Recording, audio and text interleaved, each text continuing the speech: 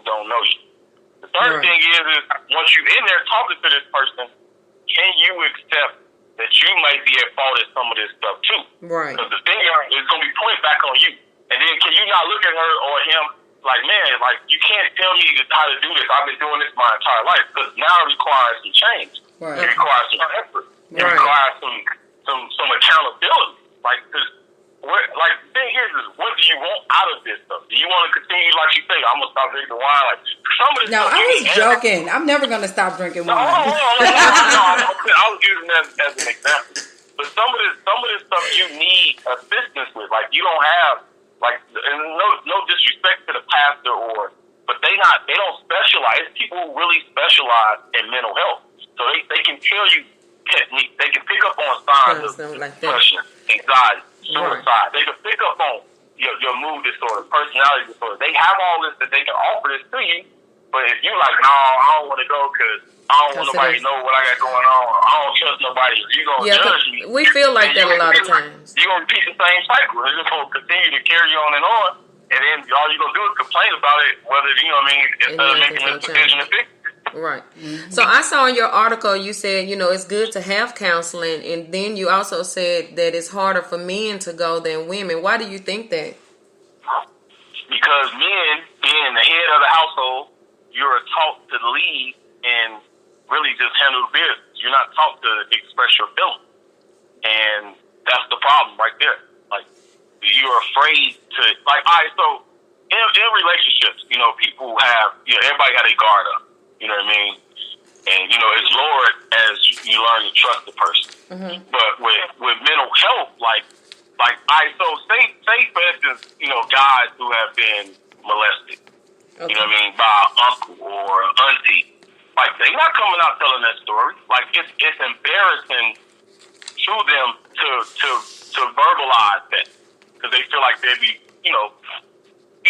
talked about or, you know what I mean? But the thing is, though, are you still having issues in relationships? Are you still having issues with people? Are you still having trust issues? Have you become a predator now? You know what I mean? It's so many ways that it could go. Right. If you don't see how your hurt is affecting other people. And I think men, I just feel like you're too strong and not like physically strong, but you're too strong to go sit down and reveal these stories about yourself so you can get help. I think that's why men don't go. So I think men attempt to go when a woman is involved because they love the woman. You know what I mean? They try to make their relationship work. But even then, sometimes they just doing it because she acts and not because they supposed to be going.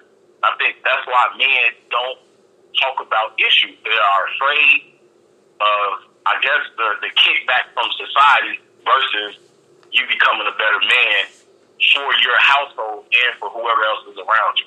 So if there's anything that you can say to someone that may be listening, I want to thank you for being on the show. And now it's time for you to plug your avenues. Any last remarks, anything that you feel would be very important to say to someone to get them to actually acknowledge, because acknowledgement is a lot of everything that goes on, regardless if it's you go to counseling, your relationship, whatever it is, you have to first acknowledge that you are going through something. What are your last remarks in response to someone getting help with a mental illness? And then I want you to go ahead and plug your pages, we had Bishop Campbell on last week. He has a group called Gang. That would be something very good for you and him to sit down and talk about. As far as some of those guys in there, I'm sure they could go for counseling. Because if you're in the streets, a lot of those guys come from broken homes. A lot of them, peer pressure. It would be really something good if I'm just going to link you two up and then y'all can have a conversation. He will actually be on, not this Wednesday, but next Wednesday again. So if you want to come on the show with him, you're welcome. But we'll talk about that. But go ahead. I didn't talk 5 minutes over what I told you to do. Yeah, you had 27 questions. I know, that's me. Welcome to the show, okay? So first and foremost, I want to thank you for allowing me to, to come on the show to actually talk about mental health, because I know, this is a topic that, our community don't talk about. Right. Second, for me, in closing, you know what I mean, with anything, I just feel like people have to look in the mirror and ask themselves, what do they want in life, and how can they stop the cycle of hurting other people or not accepting responsibility for their actions or passing these traits along. You know what I mean? I think everybody knows at some point in life that they're doing something that they're not supposed to be doing and how it's affecting others. And I feel like that's what death, grieving, whatever, because some people don't want to talk about it. They just want to say, I missed the X, Y, Z, they never want to deal with it. But like I said, I think the quote is, the quote, like I said, I said it a while ago, is like, it's not, you know what I mean, it's not your fault what happened to you. You know what I mean? But it's your responsibility to fix it. And we all owe ourselves, if nobody else, an opportunity at a better, lifestyle, living a healthier lifestyle. We owe ourselves that. Because, instantly when you're born, you know what I mean, you're coming from the broken homes, you know what I mean? Not a two-parent home or stress in the home. Like, you instantly against all odds.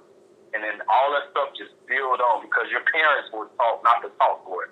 Hey, just go do X, Y, and Z. Get out of here. Don't listen to this. If you go see somebody, you're crazy. I'm not going to sit on nobody's couch. Can't nobody tell me about my life.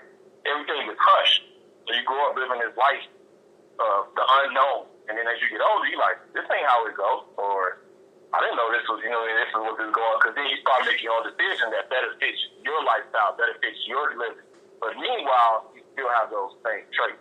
So I just think everybody needs to, in my opinion, this is me, if you feel you are suffering from anything I name in terms of mood disorder, anxiety, personality disorder, depression, PTSD, death in the family, you can't get a job, whatever you feel like it is, you know what I mean, low self-esteem, then you need to figure out who can you talk to and who can guide you to where you need to get to. You know what I mean? And, you know what I mean? I don't have, I just got a Facebook page, it's Dwayne LaRue, you know what I mean? My name is spelled uniquely, DuaneLarue. But I got a YouTube video on YouTube. All you got to do is look up Dwayne LaRue on YouTube.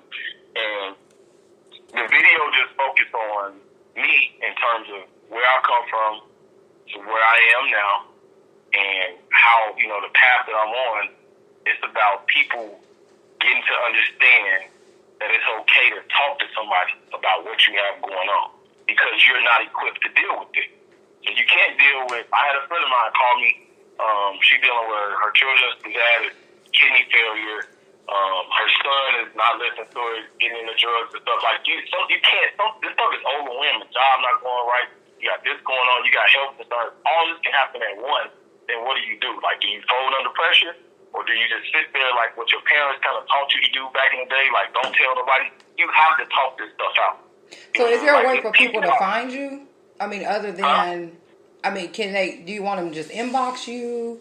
Yeah, I don't have a problem. They can inbox me through Messenger, you know what I mean? Through Facebook Messenger. Like, I think social media, I don't have the other Instagram and I am on the verge of creating a YouTube page, though. So, because I do want to address, like, YouTube. I do want to address issues, like, daily, like, kind of like current events with my kids, you know what I mean, in terms of as it pertains to mental health, because we have good conversations.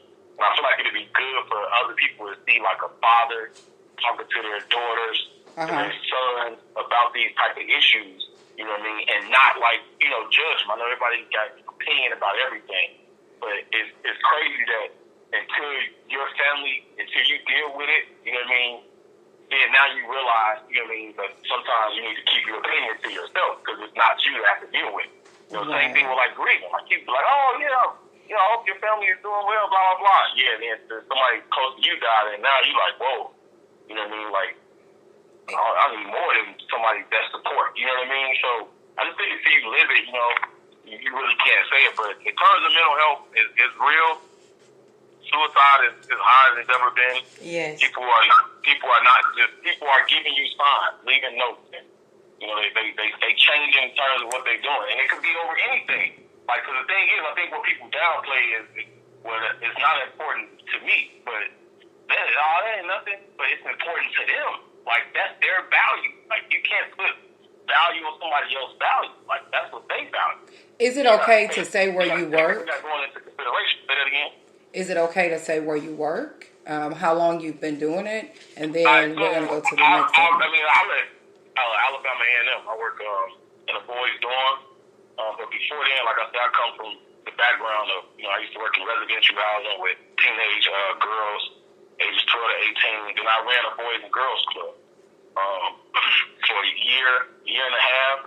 And now I'm on Alabama A&M campus. I work in the dorm as a hall director. And my goal is to get to the counseling side because, talking to a lot of teenagers, like, they go through so much, but they don't talk about it because they're away from home. And they feel like, well, I can just, smoke weed or have sex and better answers. But no, they issues are real. Like, a lot of these college students, they have, like, I think some of their parents send them away so they ain't got to deal with it. You know what I mean? But these kids are going through a lot. And, I never realized, like, initially I was not on board with taking the job because I felt like it would get me away from, truly working hands-on. But it's even more intense now because you're dealing with young adults who have issues and they feel like they can't talk to their parents about anything. Their friends, their friends, they can't talk to their friends about it. But they tell them anyway, so now their friends kind of turn it back on them because they think they're crazy. But these teenagers from ages, I want to say, man, like from 17 to about like 23, 24, like these are like, this is supposed to be our future. But they have more issues than us because they're not talking and they continue to pile it up. Like, you can't get a kid through a phone call no more. You got to text everybody now. Nobody answers the phone. Like, everybody want to text, but that's how they communicate now. But like I said, I appreciate you for having me on. Like, yeah, of course. Really on Facebook, Messenger. You can check out my YouTube video. If you have any questions, like I said, you can inbox me. I'm always available. Not just for really shooting the breeze, but if you have real, genuine questions, I do have a little brand I'm working on. It's called Mental Health Lives Matter. I got like a whole ordeal how I explain, on a T-shirt or whatever, in terms of how I explain how life goes when you like a kid, it's like a baby being held in the sky. Like, everything is good. As you get older, you're turning your back on your parents because they lied to you. It's just the shirt is kind of, I think it's... Well, I sure hope we get a shirt. Yeah, absolutely. I want to thank you for joining us, and make sure that you keep doing what you're doing. We appreciate the work that you're doing for our children, our youth. Not only that, just the work that you're doing in general. Once you get your brand up and moving, go ahead, let me know so we can plug that as well.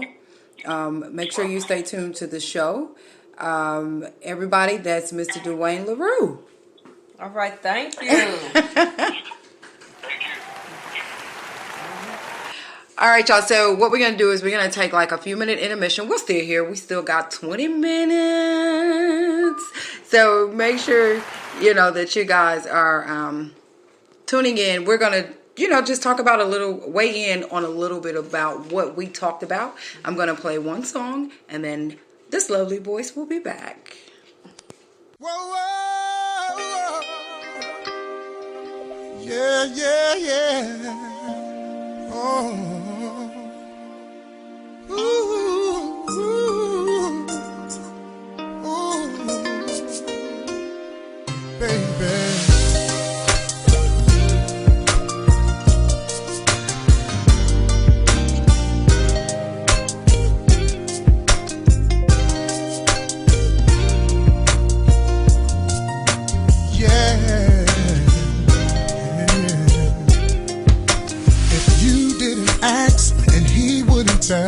But the truth is you're going through hell, but you hide it so well. So you tug on his sleeve, you beg and you plead, anything so that he won't leave. He would be like, oh well, baby. And half of the time you knew he was lying, said he was on his grizzly grind. He's providing so well.